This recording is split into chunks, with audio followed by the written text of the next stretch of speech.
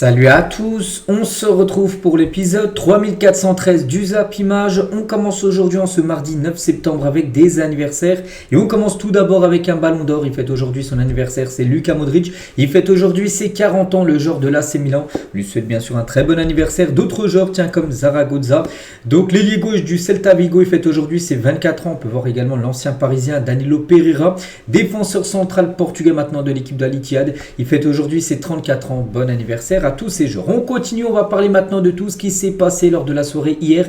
Et actuellement, c'est la trêve internationale. On prend tout d'abord la direction du continent africain. Et on va parler de cette équipe, la Tunisie, qui joue contre la Guinée équatoriale. Et la Tunisie s'est imposée 1-0 lors de cette rencontre. On commence par eux parce que grâce à cette victoire, c'est officiel. La Tunisie obtient son ticket pour jouer la future Coupe du Monde 2026, donc l'année prochaine. Donc félicitations bien sûr aux Tunisiens. Donc deuxième équipe africaine à se qualifier après la sélection bien sûr marocaine qui a obtenu son ticket il y a quelques jours. Donc félicitations bien sûr à la Tunisie qui est impressionnante lors de ces matchs de éliminatoires. 8 rencontres, 8 clean sheets. Ils n'ont pas pris le moindre but, donc du coup, ils ont gagné la plupart des matchs. Et du coup, ils obtiennent leur ticket. Donc félicitations à eux. Et du coup, on peut rajouter maintenant la Tunisie. Du coup, 18 pays sur 48 pour le moment qualifiés. Voilà pour cette future Coupe du Monde. Donc les deux derniers, donc la Tunisie et le Maroc, on a appris aussi quelques jours avant. Le Paraguay, la Colombie, même l'Uruguay ont obtenu leur ticket là ces derniers jours. D'autres rencontres, tiens, toujours sur le continent africain. Le Maroc également qui jouait, bon, ils étaient déjà qualifiés. Donc il jouait du côté de la Zambie. C'était hier à 15h la rencontre. Bon, sans souci pour le Maroc qui s'est imposé 2-0. Youssef Nesri, buteur, et aussi l'attaquant lillois Hamza Igamane qui fait forte impression quand même du côté du Maroc et aussi du côté de Lille parce qu'il était très bon. Et regardez, Igamane, ancien joueur des Glasgow Rangers, qui a été transféré lors du dernier jour à Lille. Et bah sur ces 3 derniers matchs, donc avec Lille et la sélection marocaine, c'est 4 buts, une passe D. 3 matchs, 5 buts, enfin 5 fois décisif avec 4 buts, une passe D. Il est en feu tout simplement l'attaquant marocain.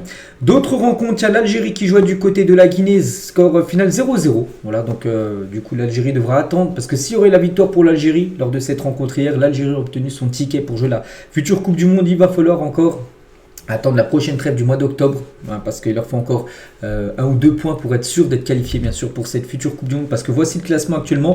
Donc l'Algérie 19 points, donc l'Ouganda 15 points, la Mozambique 15 points, Guinée 11 points, donc avec 4 points d'avance. L'Algérie c'est pas encore fait officiellement.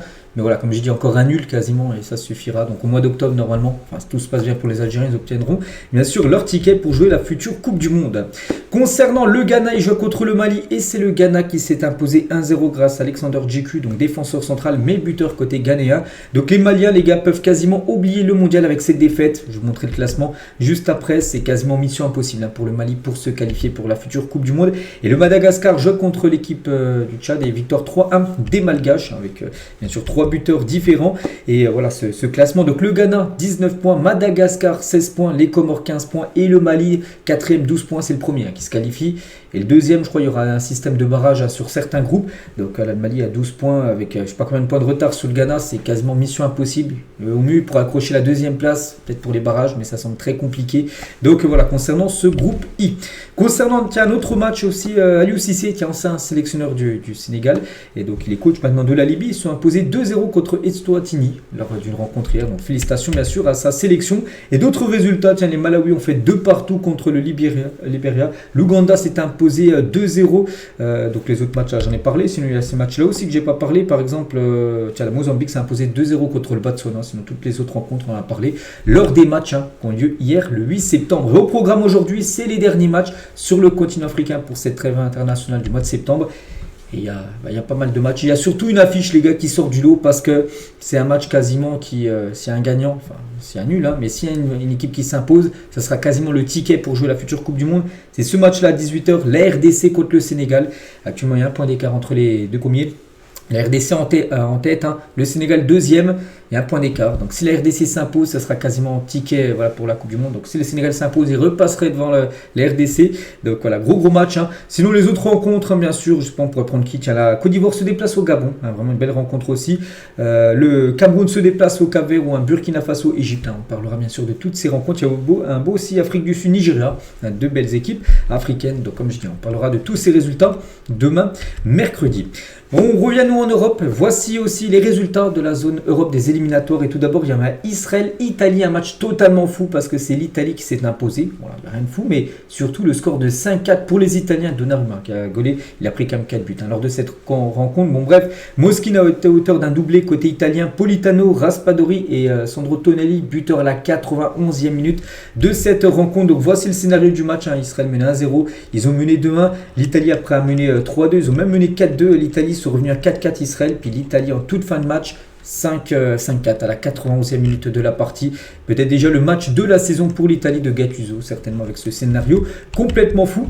Et l'Italie qui s'était imposée il y a quelques jours 5-0 contre l'Estonie, donc là 5-4 contre Israël. Donc pour la première fois de son histoire, l'Italie a marqué 5 buts lors de au moins 2 matchs consécutifs. Jamais ils ont réussi cette performance. Inscrire au moins 5 buts lors de 2 matchs d'affilée. C'est la première fois que cela arrive dans l'histoire de la sélection italienne, malgré que là qu'ils en ont quand même pris 4. Voilà, contre Israël, ça a été très très chaud. Et Gattuso, un joueur israélien, après la victoire de l'Italie, parce que c'était très chaud à la fin du match, parce que l'Italie a marqué le but du 5-4 à la 91e. Donc voilà, Israël était très énervé. Et du coup, Gattuso, il a dit, bon, voilà, on peut voir l'insulte à des joueurs israéliens. Vraiment, c'est pas parti en bagarre générale, mais c'était très chaud. Tout simplement la fin de cette rencontre. D'autres résultats, tiens, la Croatie qui joue contre le Monténégro, victoire des Croates 4-0. Festival, Perisic, Kramaric, Jakic et Sipic contre son camp. Donc voilà, festival de buts à un côté. Croatie, ils ont pu fêter aussi à la fin du match l'anniversaire bien sûr de Modric, comme j'ai dit, avec 40 ans. Le Kosovo aussi qui bat la Suède, la Suède, Gyökeres, Dizak, tout ça, 2-0, il prend la deuxième place du groupe B en qualification de la Coupe du Monde. Donc Muriqi, qui par exemple a été buteur. Donc la Suisse est-elle imposée 3-0 contre la Slovénie grâce à Elvedi Embolo Endoy. Donc pour l'instant, ce classement a 4 équipes. Donc la Suisse en tête, de match de victoire. Donc le Kosovo deuxième, la Suède, seulement un point. Comme je dis, la Suède, il y a quand même des beaux joueurs, surtout en attaque. Isaac, tout ça, Gyökeres. Mais voilà, en tout cas, ils sont pour l'instant troisième de cette poule pour se qualifier pour la future Coupe du Monde. Les autres résultats, tiens, l'Écosse s'est imposée 2-0 contre la Biélorussie. Le Danemark s'est imposé 3-0 contre l'équipe grecque, belle victoire des Danois. Ou par exemple, la victoire des îles Féroé 1-0 contre Gibraltar. Et sinon, bon, la Suisse, on a dit, comme je dis, 3-0 contre la Slovénie. Au programme aujourd'hui, les derniers matchs sur le continent européen, bien sûr, de cette trêve internationale avec des belles rencontres. L'Angleterre ce soir se déplace en Serbie, la Norvège de Haaland reçoit la Moldavie, le Portugal de Cristiano Ronaldo se déplace en Hongrie, France-Islande qu'on va parler juste après, ou par exemple, je sais pas, tiens, il y aura un Arménie-Ukraine au programme tout à l'heure à 18h. Et concernant ce match, France-Islande qui se jouera ce soir, déjà en France, oui, 20h45 au Parc des Princes, cette rencontre. Donc on vote la confiance en une du journal Équipe par rapport à cette rencontre. Donc après son entrée en matière convaincante contre l'Ukraine 2-0, la France doit confirmer sa mise sur orbite mondiale en battant bien sûr l'Islande ce soir au Parc des Princes avec Thuram, Marcus Thuram normalement qui devrait commencer titulaire à la suite des forfaits de Désiré Doué et Ousmane Dembélé. Donc voilà, concernant bien sûr cette équipe de France, il faut confirmer le bon résultat obtenu il y a quelques jours en Pologne contre l'Ukraine, bien sûr une victoire 2-0. Il faut enchaîner bien sûr avec une deuxième victoire. Donc les Bleus répètent leur game avant l'Islande, donc dans ce Parc des Princes, comme je dis, qui sera le stade qui accueillera la rencontre ce soir. Donc voici quelques photos, tiens, le retour de Mbappé du côté du parc à Magny-Sac, où je peux voir tous les joueurs français bien sûr lors du dernier entraînement. Et Didier Deschamps, bien sûr, il est en conférence de presse avant le match. Et de nouveau des questions par rapport au Paris Saint-Germain. Que Dembélé est doué, blessé, donc il a dit, répond à la polémique des blessures au PSG, il a dit, il s'est passé ce qu'il s'est passé, je suis surtout déçu pour Ousmane et Désiré car on perd 2 éléments pour le match, voilà, contre l'Islande, pour éviter que des questions, pour des questions là-dessus, le PSG n'est pas notre adversaire, il dit, il n'est pas contre le PSG, il n'a pas fait jouer ces joueurs-là pour être contre le PSG et pénaliser le Paris Saint-Germain. Il a dit, même si on a des intérêts divergents, le protocole médical, ce n'est pas de mon ressort. Voilà, donc lui, il savait, les joueurs étaient prêts à jouer, d'après son ressenti. C'est pour ça qu'il les a fait jouer, tout simplement. Que c'est le fait à la malchance, en gros. Les blessures de Dembélé et Désiré Doué. Et concernant cette équipe de France ce soir, voici à quoi pourra le ressembler. Et donc Deschamps va encore mettre un Parisien, Barcola, il ne faut absolument pas qu'il se blesse, parce qu'il y a déjà 2 qui sont blessés, Dembélé Doué. Imaginez Barcola ce soir il joue et se blesse, ce serait une catastrophe bien sûr pour le PSG. Donc il y aura du Thuram, il y aura du Mbappé, Mikel Olise, Koné, Tchouaméni, Théo Hernandez à gauche, Upamecano, Konaté, Koundé et Mike Maignan. Donc là on peut voir que ce sera un dispositif en 4-4-2, j'ai pu voir que ça pourrait peut-être être modifié en 4-2-3-1, avec bien sûr Mbappé en numéro 9, avec Mikel Olise en numéro 10, avec Bradley Barcola, ailier droit et Marcus Thuram ailier gauche. Voilà, ça pourrait ressembler à ça. Ou sinon, ce sera 4-4-2, mais normalement, ce sera le 4-2-3-1 ce soir. Mais ça devrait être bien ces 11 joueurs-là qui devraient commencer titulaire ce soir. La rencontre. Tchouaméni qui devrait être titulaire avec Manu Koné au milieu de terrain. Donc, Tchouaméni, tout d'abord, défend Deschamps sur sa gestion des blessures. Il a dit, le coach n'est pas bête. Il a toujours été conciliant. Pour nous, au Real Madrid, il y a toujours une bonne communication entre les deux parties, entre le Real et l'équipe de France, pour savoir si le Real Madrid, qui est vraiment un joueur, il est blessé, il ne peut pas jouer, tout ça, donc Deschamps ne l'appellera pas. Voilà, il dit qu'en gros, il y a une bonne communication entre le Real et l'équipe de France pour prévenir les blessures. Et c'est aussi le joueur qui donne ses sensations. Tchouaméni revient aussi sur les blessures d'Dembélé Doué. Parce que Dembélé, il sentait qu'il pouvait jouer. Il a joué quelques minutes. On sait qu'il s'est blessé contre l'Ukraine. Donc voilà, il défend un peu Didier Deschamps par rapport aux blessures. Et toujours avec Tchouaméni aussi, il aurait adoré rejouer au Vélodrome. Voilà, avec son équipe du Real. Il a dit, j'étais content de voir qu'on allait affronter Marseille en Ligue des Champions et Monaco. Donc ils vont venir à la maison. Voilà, ça sera au Real Madrid. Ces deux matchs, Real Madrid, Marseille et Real Madrid, Monaco. Ça ne sera pas en France. Ça aurait été cool aussi de jouer là-bas parce qu'on sait qu'à Marseille, surtout, il y a une faveur particulière. Bon, peut-être pas Monaco, mais à Marseille, on sait que l'ambiance aurait pu être magnifique lors d'un Marseille-Real. Mais ça sera plutôt Real Madrid et Marseille. En plus, le match a lieu dans, je crois, la semaine prochaine. Retour de la Ligue des Champions semaine prochaine. Premier match du Real et de Marseille. Ça sera sur Real Madrid, Marseille. La semaine prochaine, je crois, en plus, mardi ou mercredi prochain. Et Tchouaméni qui a sur son duo avec Manu Koné. Donc Manu est un top player, un top joueur.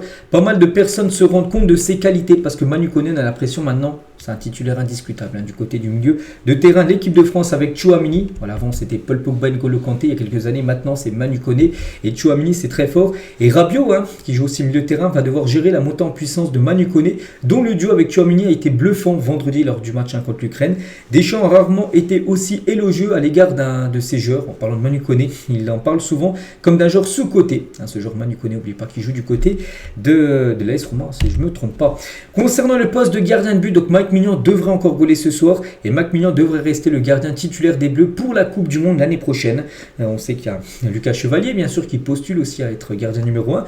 Donc il se projette comme le numéro 1 incontestable de l'équipe de France et le débat ne s'ouvrira pas en interne à moins d'une avalanche de bourde, bien sûr, de Mike Maignan. Vraiment, s'il fait boulette sur boulette, là, bien sûr, la question du gardien numéro 1 pourrait bien sûr être étudié, mais pour l'instant, s'il continue sur le même rendement qu'il montre depuis quelques temps, ça sera lui bien sûr dans les cages pendant la Coupe du Monde.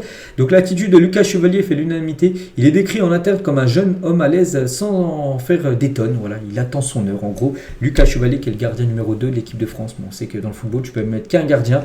Donc pour l'instant, c'est toujours Mike Maignan, bien sûr, le préféré. On continue. Aussi avec Magnès Saklouche et Hugo Ekitike, qui ont connu leur première sélection en bleu. Mais le plus dur maintenant, c'est de s'y installer, rester en équipe de France, bien sûr, parce que avant eux, ils sont plusieurs à s'être arrêtés à une sélection sous Didier Deschamps. Deschamps a appelé tous ces joueurs-là une fois, puis ils n'ont jamais été rappelés. Oussema War, Fofana, Kalulu, Loïc Badé, Clément Chantôme, il y a pas mal d'années, Nordi Mukele, Kefren Turam ou par exemple Timoué Bakayoko. Là, tous ces joueurs ont été appelés une fois pour un rassemblement et après ils n'ont jamais été appelés. Donc là, Clouche et Hugo Ekitike, ils ont été appelés pour la première fois. Maintenant, le plus dur, bien sûr, c'est d'être appelés pour les prochaines trêves pour ces deux jeunes joueurs de l'équipe de France. Et toujours avec les Bleus, donc sans le dire, Zidane se prépare à succéder à Didier Deschamps parce qu'on sait que Deschamps, c'est officiel. Il l'a annoncé il y a déjà quasiment un an. Voilà, à la fin de la Coupe du Monde à 2026, il partira, c'est sûr. Peu importe le scénario, que l'équipe de France sorte en phase de poule ou que l'équipe de France gagne la Coupe du Monde, Deschamps laissera sa place. Bon, on ne sait pas que ça sera en qui le sélectionneur, mais bon, on se doute que ça pourrait être Zidane. Et Zidane se prépare à succéder à Deschamps. Donc il a déjà entamé, il m'a même échangé avec Laurent Blanc sur son expérience à la TD Bleus. N'oubliez pas que Laurent Blanc a été coach de l'équipe de France de 2010 à 2012. C'était le coach avant Deschamps, bien sûr. Donc Zidane a déjà parlé avec Laurent Blanc de l'équipe de France. Il prend aussi beaucoup de notes et aurait déjà aussi des idées sur le futur jeu de l'équipe de France. Donc Zidane regarde aussi la Ligue 1, les matchs européens et même bien au-delà. Il observe la nouvelle génération de joueurs qui arrive, bien sûr, se renseigne parfois sur les personnalités via son réseau, y compris dans l'entourage actuel des Bleus. Donc voilà, Zidane, même si pour l'instant c'est pas encore lui, il sait peut-être que c'est lui, peut-être Philippe Diallo, président de la FFF, lui a déjà parlé pour dire que c'est lui, mais c'est pas encore officiel. Mais il se doute bien sûr que ça va être lui le sélectionneur. Puis voilà, il commence déjà à travailler bien sûr pour son poste de sélectionneur l'année prochaine.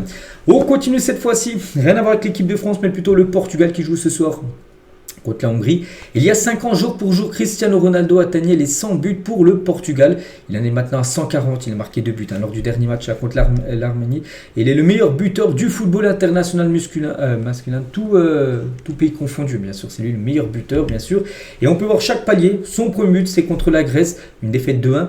Donc c'était un 12 juin 2004, je crois que c'était peut-être même une finale, ou je ne sais plus, parce que je sais qu'il y a eu un Grèce-Portugal en finale de l'Euro. Je ne sais plus si c'était le match, parce qu'il y avait aussi un match de poule. Il y a eu un match de poule et la finale. Bon bref, 2-1 pour la Grèce, mais Ronaldo c'était son premier but en sélection. Par exemple, son 50e but, ça a été un Portugal-Ghana, c'était en 2014, le 16 juin.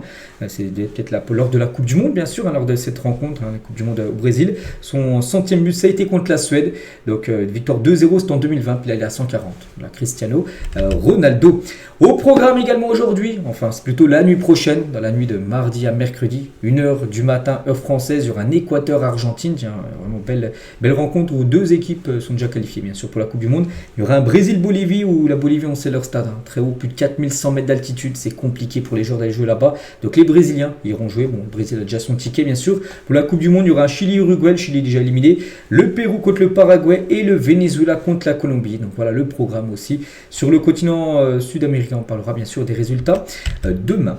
On continue les gars, on revient nous sur le Paris Saint-Germain. Et Christophe Dugarry sur l'émission Rotten sans flamme hier, il défonce totalement le PSG. Et Nasser, bien sûr, le président parisien, il a dit « Je suis à 100% derrière la Fédération française de football » et Deschamps sur l'affaire Dembélé-Doué, que le PSG, les gars, était furieux auprès de Deschamps par rapport aux blessures. Donc il a dit il soutient totalement Deschamps. Il a dit de la manipulation du PSG est scandaleuse. C'est eux les responsables de la surcharge musculaire de Dembélé. Quand je vois Nasser promouvoir le mondial des clubs avec Infantino, que le PSG me fasse croire que Dembélé n'a jamais joué avec une charge musculaire trop importante, je n'y crois pas une seule seconde. L'équipe de France est au-dessus de tout.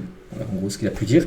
Christophe Dugarry, c'est pas à cause du match contre l'Ukraine, en gros, qu'il s'est blessé, mais par rapport à tout ce qu'il y a eu avant. Par exemple, la Coupe du Monde des clubs, que Nasser, bien sûr, était content de disputer avec l'équipe, le Paris Saint-Germain. Donc tout ça, on fait que ça a été de la surcharge musculaire pour Dembélé.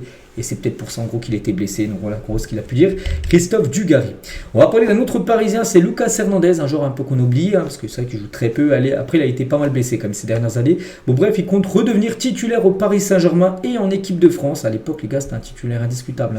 Lors de la victoire en 2018, c'est un pilier bien sûr des Bleus en défense, donc il aurait pu suivre son frère Théo Hernandez en Arabie Saoudite cet été parce que bien sûr il a reçu une grosse offre financière les gars pour rejoindre le championnat saoudien. Il a dit non les gars, il souhaite rester encore en Europe et à Paris. Donc Hernandez est d'ailleurs arrivé en forme au campus PSG début août, prêt à en découdre pour cette nouvelle saison.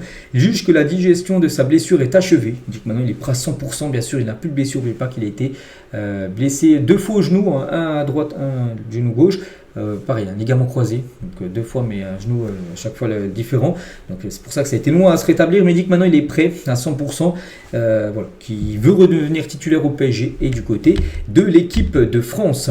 Toujours du côté du PSG, on peut parler aussi de Bradley Barcola parce qu'il va prochainement négocier sa prolongation de contrat avec le PSG. Actuellement, il a un contrat jusqu'en 2028 du côté de l'équipe parisienne, encore 3 ans. Mais le PSG aimerait prolonger de 2 nouvelles années Bradley Barcola, du coup jusqu'en 2030. Il n'y a aucune haine avec Galtier où le PSG c'est de l'apprentissage. C'est Hugo Ekitike qui ne regrette pas son passage au PSG parce qu'avant de jouer à Liverpool, à Francfort, voilà, toutes ces équipes-là, il avait joué bien sûr au Paris Saint-Germain, mais il n'a aucune haine sur Galtier qui était son entraîneur au PSG à l'époque. Il a dit « Je n'ai aucun regret, j'ai progressé en tant que joueur et humain quand je retrace mon parcours au PSG. Tout ce qui a été dit à Paris n'a pas été fait avec une vraie vision de ma personne et du joueur que j'ai été. Forcément, cela a été un passage compliqué mais nécessaire. N'oubliez pas qu'il est en concurrence avec Messi, Neymar et Mbappé. Aujourd'hui, je suis à Liverpool, je suis regardé. Les gens me voient d'une autre manière. Revenir ici en France avec les Bleus et montrer le joueur que je suis, c'est un plaisir et j'espère que ça va continuer. » Voilà un peu ce qu'il a pu dire Hugo Ekitike. On continue avec le FC Barcelone et Frenkie de Jong et c'est officiel. De Jong est légèrement blessé au muscle obturateur externe de la jambe droite. Bon, je ne sais pas trop ce que c'est obturateur. Bon bref, il est blessé, Frenkie de Jong. Il s'est blessé lors du match entre les Pays-Bas et la Pologne la semaine dernière. Donc ce retour dépendra de sa récupération. Donc pour le match Barcelone-Valence la dimanche, il y a de fortes chances, enfin c'est quasiment sûr qu'il est forfait, Frenkie de Jong. On continue, tiens, toujours du côté du Barça. N'oubliez pas que le milieu du Barça c'est De Jong et Pedri. On a parlé de De Jong blessé, mais Pedri, bon pas blessé, tant mieux pour le Barça. Mais Pedri est le meilleur au monde à son poste, c'est un fait. Voilà, c'est Luis de la Fuente, le sélectionneur de l'Espagne, qu'en sens bien sûr Pedri, en conférence de presse, qui a toujours du côté du Barça. Notez que Thiago Alcantara, on avait parlé ces derniers jours, ça a été confirmé par Fabrizio Romano, il va bien rejoindre le staff d'Hansi Flick. Il était même présent hier du côté de Barcelone, il n'a pas participé à l'entraînement, il était là dans les bureaux, tout ça, il a pu regarder, donc là il devrait prendre sa fonction très prochainement, d'être dans le staff tout simplement de Hansi Flick. Nouvelle coupe de cheveux pour Griezmann, Griezmann bien sûr, qui n'est plus en équipe de France, il a pris sa retraite internationale, mais toujours du côté de l'Atlético. Et voilà, nouvelle coupe de cheveux pour Griezmann. On continue, il y a toujours en Espagne, on va parler du Real Madrid et le coach du Real, c'est Xabi Alonso, et officiel, Xabi Alonso est élu coach du mois d'août en Liga. Début réussi, 3 matchs, 3 victoires. On a le choix entre 3 coachs, lui et 2 autres coachs, et c'est lui qui a remporté le prix du meilleur coach du mois. Donc félicitations bien sûr à Xabi Alonso. Pour l'instant, oui, c'est des débuts réussis pour lui du côté du Real Madrid, et toujours avec lui. Donc il voulait 2 recrues supplémentaires cet été du côté du Real. Voilà.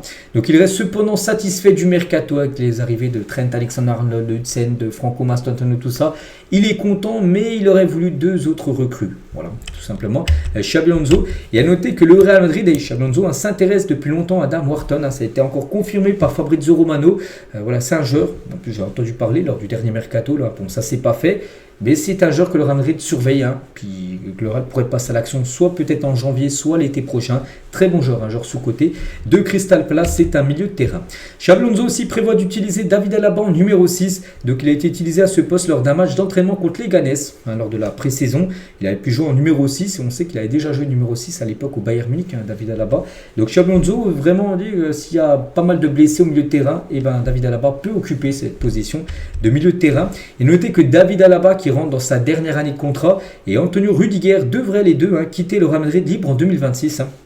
Je dis les deux en fin de contrat dans moins d'un an, 30 juin 2026, et les deux ne devraient pas prolonger du côté du club madrilène. David Alaba, c'est quand même un très gros salaire, deuxième plus gros salaire du côté du Real, derrière celui d'Mbappé, et en plus c'est un joueur quand même qui est pas mal blessé depuis pas mal de temps, donc c'est pour ça qu'ils vont pas le prolonger. Rudiger aussi, ses performances ont quand même chuté depuis quelques années, donc c'est pour ça aussi que lui ne sera pas conservé par l'équipe madrilène.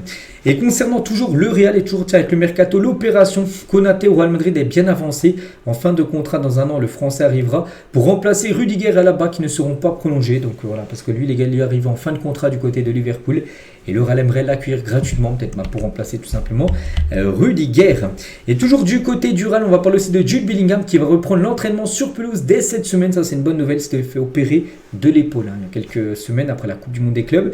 Donc il devrait revenir normalement à la compétition, donc en match, donc mi-octobre, là encore dans un mois à peu près, lors de la prochaine trêve internationale. Donc, mais en tout cas, là, il reprend l'entraînement. Ça, c'est une bonne nouvelle pour Jude Bellingham. Des nouvelles également de Wissam Ben Yedder, ancien joueur de Monaco, ancien joueur de beaucoup de clubs. Et officiel, ça, il a trouvé une nouvelle équipe. Donc Ben Yedder, 35 ans, rebondit en D2 turc du côté de Sakaryaspor. Voilà, c'est officiel, c'est fait, il était libre, donc il rejoint cette équipe. Donc il a toujours des problèmes avec la justice, bien sûr, en France. Mais en tout cas, voilà, il reprend sa carrière de footballeur. Liverpool tentera de recruter Marc Guéhi libre l'été prochain. Déjà, Liverpool a essayé. Lors du dernier jour de mercato, ils ont essayé. Ils ont fait une offre de 45 millions d'euros. Palace a dit non. Pourquoi Palace, c'est vrai qu'ils auraient pu le vendre. Parce que Palace là, risque de le perdre libre l'année prochaine. Mais Palace, en gros, ils essaient de trouver son remplaçant. Ils n'ont pas trouvé son remplaçant et du coup, ils ont conservé Marc Guéhi. Bon, le club ne compte pas revenir à la charge cet hiver à Liverpool, mais plutôt le 1er juillet prochain, ou s'il n'a pas prolongé avec Crystal Palace, il sera libre et il pourrait débarquer du côté des Reds de Liverpool. Romain Fèvre va quitter Bournemouth pour rejoindre Al Tawoun du côté du championnat saoudien, mais pas que le mercato saoudien est encore ouvert, donc oui, ça peut se faire aujourd'hui, prêt avec option d'achat de 10 millions d'euros, et ça devrait être officiel là dans les prochaines heures. Lui aussi devrait signer en Arabie Saoudite, mais pas Al Tawoun, mais plutôt du côté d'Al Shabab, c'est Yassine Adli. Here we go. Il va s'engager là-bas. Donc l'AC Milan va recevoir 7 millions d'euros bonus inclus. Contrat jusqu'en 2028 et lui salaire triplé. On avait parlé hier qu'il avait triplé son salaire. Mais là la grosse nouveauté c'est Here we go. Donc voilà, le transfert va se réaliser. Concernant André Onana, lui aussi va partir hier. J'ai dit son Here we go pour débarquer à Trabzonspor. Donc Onana va doubler son salaire en quittant Manchester United pour Trabzonspor en Turquie et en prêt. Avant de s'envoler pour la Turquie, le gardien a négocié une très forte revalorisation salariale. Son salaire va même même être doublé grâce aux primes et signatures, aux primes de signature et aux bonus. Voilà, concernant Onana qui va quitter tout simplement l'équipe de Manchester United. A noter aussi que lors du dernier mercato, Chelsea a refusé une offre de 68 millions d'euros d'Alcacia, on jouait au Aubameyang la saison dernière, pour André Santos, ancien joueur et capitaine de Strasbourg saison dernière. Enzo Maresca compte sur le joueur et voilà, Chelsea n'est pas vendeur concernant André Santos, le joueur brésilien. A noter aussi, d'après Foot Mercato, on apprend que certains clubs étaient sur ces joueurs-là, comme l'Olympique de Marseille qui a pensé à Malcolm, joueur d'Al-Hilal, et aussi Adam Aznou, donc joueur qui joue à la Real, je ne sais plus trop en Liga, je ne sais plus quel club c'est. Bref, Vladovic je crois, donc ces deux-là ont été pistés, ils ne sont pas venus à Marseille, mais on sait que Marseille était sur bout. Ils ont recruté beaucoup de joueurs, mais ils avaient aussi beaucoup d'autres joueurs en tête. Et d'autres transferts qu'on aurait pu faire, 7 transferts qui auraient pu se faire cet été, on n'a pas vu venir. Donc du côté de Lens, Luc de Jong, qui a signé à Porto, mais Lens a failli faire tout simplement Luc de Jong. Monaco, il y a Zegrova et Axel Disasi, ça a failli se faire, bon ça c'est pas fait. Du côté du Par FC, Sofiane Amrabat a été ciblé du côté de l'équipe parisienne, et du côté du Stade Rennais, Kasper Dolberg a également été ciblé. Bon, aucun transfert ne s'est fait là dans cette liste, mais c'est des transferts qui auraient pu se faire lors du dernier mercato.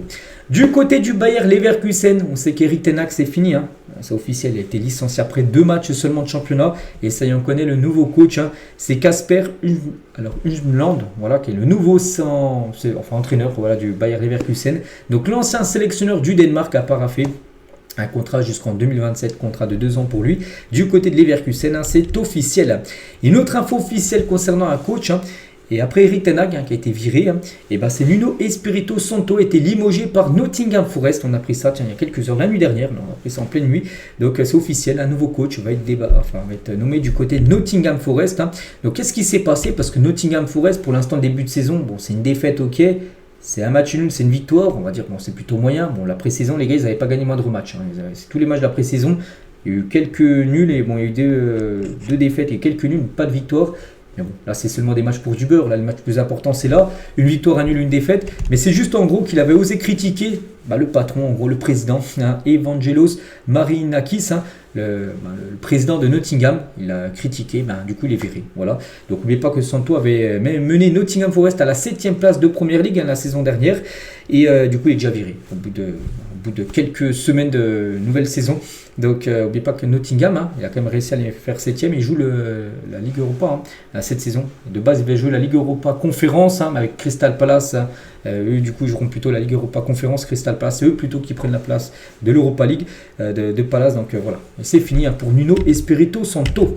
On continue aussi avec ce joueur, les gars. Ce joueur espagnol, il s'agit de Yeraz Alvarez, défenseur de Bilbao, est suspendu 10 mois par l'UEFA. Qu'est-ce qui s'est passé? Donc, le joueur avait été testé positif à une substance interdite en raison du médicament qu'il utilise pour lutter contre la perte de cheveux en Europa League face à Manchester United. L'UEFA reconnaît qu'il n'y avait pas d'intention de la part de l'Espagnol. Son retour s'effectuera le 2 avril 2026. Donc là, 2 avril, c'est quasiment fin de saison. Donc voilà, parce qu'en gros, il perd ses cheveux, puis il avait pris un traitement, en gros, tout ça. Puis il y avait des substances, en gros, dans ce traitement, tu n'as pas le droit de prendre quand tu es footballeur. Et du coup, il a fait un truc antidopage, puis là, ils ont vu, en gros, que c'était du dopant. Et du coup, c'est pour ça, en gros, qu'il est suspendu jusqu'au 2 avril 2026.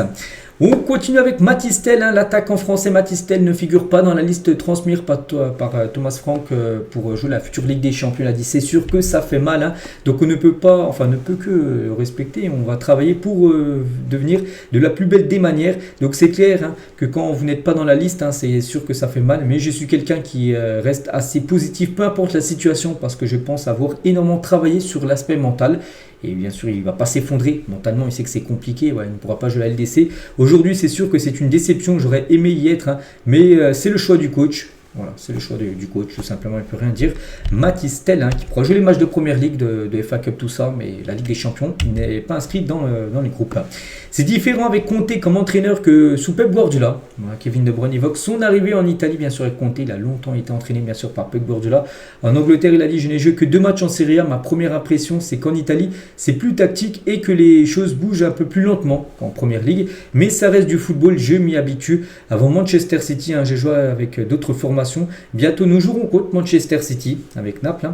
Donc à Manchester avec Naples. Donc ça sera étrange. City est mon club et ça ne changera pas. Mais voilà, ce sera pour lui spécial d'aller avec Naples du côté de Manchester pour un match de Champions League.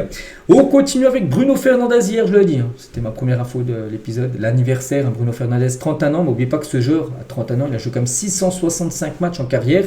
Peut-être ce soir un 666e avec le Portugal. Mais seulement, il a loupé seulement 6 matchs pour blessure. C'est très peu, les gars. Maintenant, on sait que les blessures sont récurrentes et très présentes dans le football. Lui, il a été blessé seulement 6 matchs. Il a loupé seulement 6 matchs pour blessure. Sinon, plus de 665 matchs disputés. Donc, tant mieux pour lui. Il n'est quasiment jamais blessé. Bruno Fernandes. Officiel, Ruud Gullit présentera la cérémonie du Ballon d'Or le 22 septembre prochain. Tiens, on sera mardi, là, dans 2 semaines jour pour jour. On sera le lendemain du Ballon d'Or. Et on parlera, bien sûr, de cette soirée du Ballon d'Or. On fera le débrief de tout ce qu'il y avait à dire. Donc, la veille, sera le Ballon d'Or, bien sûr, le 22. Et prochain aux côtés de Kate Scott. Donc, ce sera lui, Ruud Gullit, les gars, qui donnera peut-être le Ballon d'Or. Peut-être à Dembélé, peut-être à Lamine Yamal, on verra. Donc le Néerlandais a déclaré récemment qu'il aurait voté Lamine Yamal s'il pouvait voter cette année. Bon, il ne peut pas voter parce que c'est un journaliste, bien sûr. Mais voilà, en gros, c'est les journalistes qui votent, bien sûr, c'est pas lui. Mais lui, il présentera tout simplement la cérémonie du Ballon d'Or le 22 septembre prochain. Je crois que les années précédentes, c'est plutôt Drogba qui présentait la cérémonie. Memphis, tu rentres dans l'histoire de ton pays. Donc Jean-Michel Aulas a salué la performance de Depay, qui est devenu le meilleur buteur de l'histoire des Pays-Bas avec son doublé avant-hier contre la Lituanie. Il a 52 buts, il a dépassé Van Persie qui a 50 maintenant. Tu es une légende, un homme avec des valeurs importantes. Tu as aussi marqué le cœur des Lyonnais pour toujours. Et réponse, bien sûr, de Memphis Depay qui a répondu à Jean-Michel Aulas, mon président préféré. Voilà. Concernant Depay, qui a toujours une très bonne relation, bien sûr, avec l'ancien président de Lyon, Jean-Michel Aulas. On parle de l'affaire Rabiot, mais c'était très chaud à l'époque. Donc, Valbuena réagit à l'affaire Rabiot, Jonathan Reueux. N'oubliez pas que les deux là, vont se retrouver dimanche, Reueux et Rabiot, lors d'un match entre l'AC Milan et Bologne en Serie A. Bon, bref, Valbuena, qui était à Marseille à l'époque, il a dit on le gère en interne, les dirigeants étaient forts, et puis surtout, on répondait sur le terrain. Donc, c'est parfois électrique, mais cela nous construisait. On savait remettre les choses à leur place en gagnant des matchs. À l'époque, les agents ne prenaient pas la parole. Tout se réglait entre nous dans le vestiaire, jamais par voie médiatique. Voilà. Parce qu'il dit qu'à l'époque, lui aussi, les gars, il y avait des bagarres aussi dans le vestiaire de Marseille, mais ça prenait pas autant de dimension que l'actuel, parce que maintenant tout se fuite, bien sûr, dans les réseaux sociaux, qu'à l'époque peut-être c'était beaucoup plus discret dans les réseaux sociaux. Ça, donc voilà ce qu'il a pu dire. C'était une autre époque en gros. Avant, il y avait aussi des bagarres, mais tout se gérait, on va dire, dans le vestiaire. Et ça s'éparpillait pas, on va dire, dans la presse. Kez Ruiz prend la parole. Voilà, c'était ancien joueur du PSG parce qu'en gros, Di Maria avait prédit la trajectoire de carrière de Kez Ruiz. Il a dit oublie, regarde sa voiture, regarde comment il met sa chemise Dior. Donc Ander Herrera, ancien joueur du PSG, raconte je me souviens que la première année où Kez Ruiz, a-t-il, ancien joueur du PSG, s'entraînait avec le groupe parisien. J'ai dit à Aurel Di Maria, après une semaine, il est vraiment bon, ce jeune joueur.